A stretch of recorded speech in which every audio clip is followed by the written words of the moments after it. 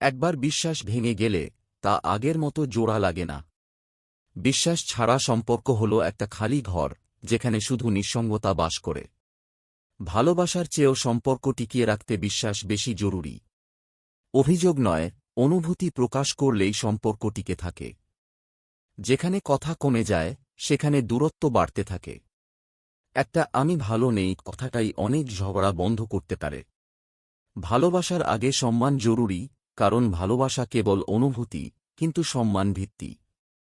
একটা সম্পর্কের আসল মূল্য বোঝা যায় যখন আপনি সম্মান হারাতে থাকেন। সঙ্গীকে ছোট করার মানে নিজের সম্পর্ককে ধ্বংস করা। যে সম্পর্কের মধ্যে সন্দেহ বাসা বাঁধে, সেখানে ভালোবাসা টিকে থাকে না। নিরাপত্তাহীনতা কখনো সুখের সম্পর্ক গড়তে পারে না। সন্দেহ যখন ভালোবাসার দেয়ালে ফাটল ধরে, তখন সম্পর্ক বাঁচানো কঠিন হয়ে যায়। একটা মিথ্যা পুরো সম্পর্কটাকে শেষ করে দিতে পারে। প্রতারণা সম্পর্কের জন্য বিষের মতো, যা ধীরে ধীরে সব শেষ করে দেয়। যে প্রেমে সত্য নেই, সে প্রেম একসময় শুধু স্মৃতিই হয়ে থাকে। যে সম্পর্কের ভবিষ্যৎ নেই, তা একসময় স্মৃতি হয়ে যায়। একসঙ্গে থাকার স্বপ্ন না থাকলে সম্পর্ক টেকে না। ভবিষ্যৎ নিয়ে দ্বিধাদ্বন্দ্বই একটা সম্পর্ককে দূরে সরিয়ে দেয়। ভালোবাসা শুধু শব্দে নয়, সময়েও প্রকাশ পায়। যে সম্পর্কের জন্য সময় নেই, সে সম্পর্ক ধীরে ধীরে মরে যায়। অবহেলা ভালোবাসার শত্রু, যা সম্পর্ককে শেষ করে দেয়।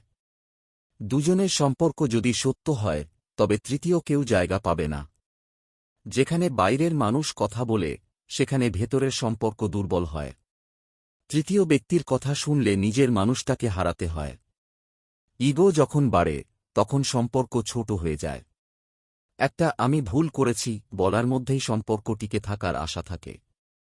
ভালোবাসা মানে জিততে নয়, একসঙ্গে থাকতে শেখা। ভালোবাসা প্রকাশ না করলে একসময় তা অনুভব করাও বন্ধ হয়ে যায়।